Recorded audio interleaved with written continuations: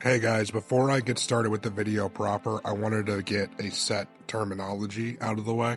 I will be using the term mech and knight interchangeably, and I will be referring to the pilots of the mech suits as pilots. This is because not everyone who pilots a knight is necessarily a noble, which is something I will cover in greater detail as the video progresses. So, to reiterate so nobody gets confused, knight equals mech for the purposes of this specific video, and the people who pilot the Imperial Knights will just be called pilots. With that out of the way, let's get started. There are three main classes of Imperial Knight mechs. The Armiger class, which is the smallest of the three, the Questoris class, which has the most individual patterns, and the Dominus class, which is the biggest one on the right. The STC, or Standard Template Construct, for the Imperial Knights is mostly intact, meaning every Imperial Knight mech suit that is destroyed can potentially be replaced. However, it has also been left open-ended, so if Games Workshop ever wants to introduce more Knight patterns, they can. There's also a 30k exclusive Knight variant called the Cerastus Knight. I won't be talking about this specific class of Knight in very much detail in this video. I would just like to note that in modern 40k, this pattern seems to have been almost entirely lost. From what I can tell, they're slightly more powerful than Armiger Knights, but not as powerful as Questoris Knights. They look pretty cool though, you gotta give them that. So pilots of Imperial Knights are either noble members of knightly houses or they're sworn armsmen. Most of these knightly houses were established long before the Imperium of Man to protect distant human colonies. In modern 40k, most of them still protect their original home colonies, but many have sworn oaths of fealty to other segments of the Imperium, like the Cult Mechanicus or different chapters of Space Marines. Some knightly houses have even sworn oaths of fealty to Titan legions and follow them around, acting as scouts. However, the pilot of an Imperial Knight can also choose to become a Freeblade, abandoning their noble house and oaths of fealty to travel from battlefield to battlefield, slaying the enemies of mankind wherever they can find them. On a meta level, this just means you can throw a Freeblade down with pretty much any Imperium faction and make it work on tabletop, if you're playing a high enough point game to actually be able to put a knight on the tabletop.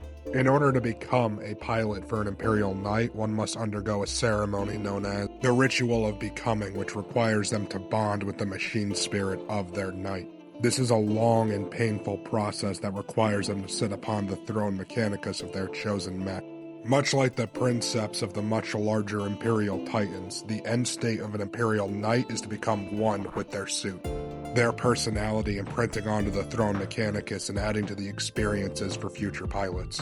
Pilots of Armiger class Knights do not undergo this ritual, their own suits being piloted by a crown mechanicus.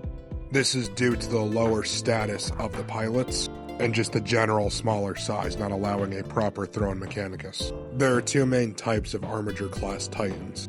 The Helverins, typically armed with two massive Armiger cannons, and Warglaves, who sacrifice the long-range capabilities for a chain cleaver and either a thermal spear or a melt-a-gun. Optional heavy stubbers can be mounted on the tops of both of these units. Pilots for this class of knight tend to not be proper members of the noble family. Rather, they are the sworn armsmen who act as their scouts and skirmishers. The crown mechanicus they wear to pilot these units, allowing the pilots of larger knight classes to feed orders directly into their brain. Pilots of these units also tend to be the most likely to fall to Chaos, as there appears to be more class of Chaos Armiger Knights than any other pattern. However, Chaos Knights will be a topic for another day. Questoris pattern Knights make up the bulk of the fighting force of every noble house. These 6 variants you see on screen now being the most common. They are much more heavily armored than the Armiger class Knights, and are among the most common used by Freeblades. Knights will often fight in groups of 3 to 5 using this class, and they call these formations lances. Nearly all of them have a chainsword or a thunder gauntlet as a melee weapon, and knights will often use melee weapons because they can pierce through ion and void shields, unlike ranged energy weapons.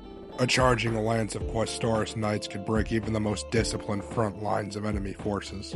However, despite their superior armaments to the Armiger class Knights, they can still potentially be destroyed by a well-disciplined deployment of tanks, which is why they often fight in groups or with Armiger Knights protecting their flanks.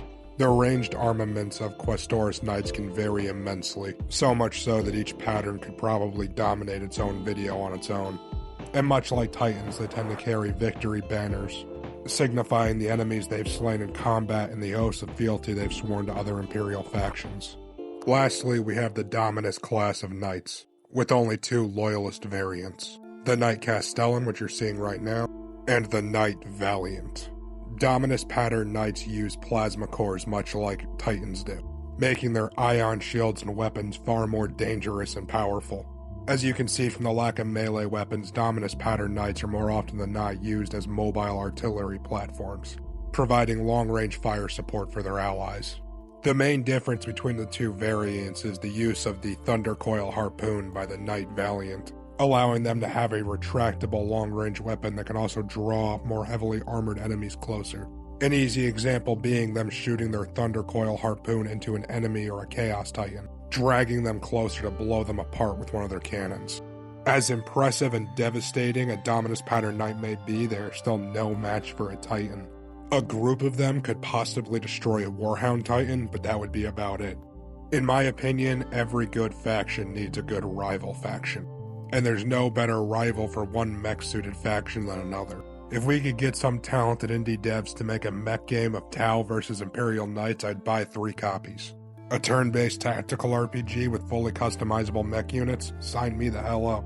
The original plan was to just stop the video here, just give a brief 101 style overlook of the Imperial Knights as their own sub-faction, but I wasn't really happy with the length of the video, so I decided I was going to keep going. I added a section about the Cerastus Knights from the 30k Horus Heresy era of Warhammer. Just a heads up though, these ones are kinda weird. There are 4 main variants that were used on both sides of the heresy. This one you see on screen right now is called the Acheron. It had a built-in self-repair feature, which is kind of interesting, and that chain fist has 2 built-in heavy bolters, so it can riddle the enemy with bolter shells while tearing it apart in melee range with the chain fist. That's just brutal. And its other arm just happens to be a gigantic flamethrower. Next up we have the Castigator with a bolt cannon and a power sword. Excuse me, a Tempest Warblade. Is it just me, or do the Cerastus Knights look like they were designed solely to fight other knights? Swords are weapons made with the idea of fighting somebody roughly the same size as you. And unlike chain cleavers or chain swords, you can't argue that this is repurposed farming equipment. No, Castigator Knights look like they were specifically built to fight other knights. That's really interesting in my opinion. And then there's the Atropos Cerastus Knights. One of their weapons is a gravity singularity cannon. The other is a gigantic las cutter. Basically, think of a cross between Frieza's death beam from Dragon Ball Z and a lightsaber. Lastly, we have the Lancer, with an additional ion shield grafted onto one of its gauntlets, and a retractable electro lance which can be used as a ranged and a melee weapon. Part of me is really glad I decided to include this type of knight in the video. Another part of me is incredibly frustrated that these knights are now considered lost in modern 40k. They really are the missing link between Armiger and Questoris pattern knights, as they do require a throne mechanicus to operate. Although I do believe you can make a good argument that these types of knights lack the utility of the others. The Cerastus pattern knights seem like they were designed to fight other giant robots almost exclusively. While they can be used for anti-infantry, it's nothing an Armiger knight couldn't do just as well, if not better. And a Helverin knight could probably outrange a Cerastus pattern knight too. All I know for sure is giant robots are really damn cool. This time's the end for real, guys, and I'd like to thank you all for watching. If I got anything wrong, or if you'd like me to expand on any points I didn't flesh out well enough, feel free to leave a comment below. And I am hoping to have a video on Tau battlesuits made in a similar format out soon. I would just like to finish the novel I'm reading first, Farsight: Crisis of Faith, just so I can get an idea of how Tau battlesuits work in combat. I really like Imperial Knights. I think they're the perfect unit to spice up just about any Warhammer army. And like I said, I am really torn on whether or not I think the Cerastus pattern Knights should make a comeback in modern 40k or not. I don't know, man. I'd just like to thank you again for watching, and just remember to have a good one. Thanks. Bye. Hopefully next time I make a damn video I won't still have this stupid cold.